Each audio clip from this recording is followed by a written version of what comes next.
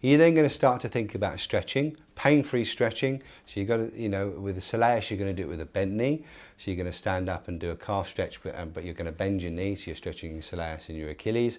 With a gastroc strain, you're going to do it with a straight knee, so that you're targeting the different types of muscles. It's a lot easier person to do it themselves, and this is one of the areas where I wouldn't actually get involved and just teach them how to do it, and they do it rather than me doing it. But they must do it pain-free so that you don't push it, because again, these react really easily. So if you do something and you push the stretching too much, they will react and they get pain, then they go back to pain on walking, and then you go through that cycle again. So that's the key for me, is making sure everything doesn't make them painful when they walk.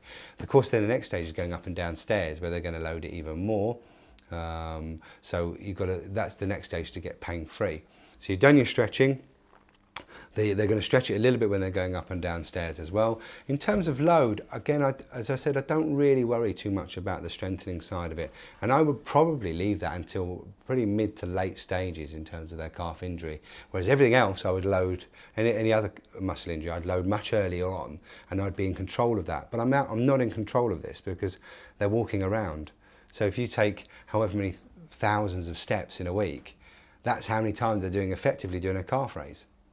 So me going and giving them 3 sets of 10 or afterwards is almost pointless. But what I would work on eventually is then doing the eccentrics. So I wouldn't do it so much in the early stages for load on here, because I think they're doing it anyway themselves, and pain will tell them. So therefore they're already doing the self kind of treatment.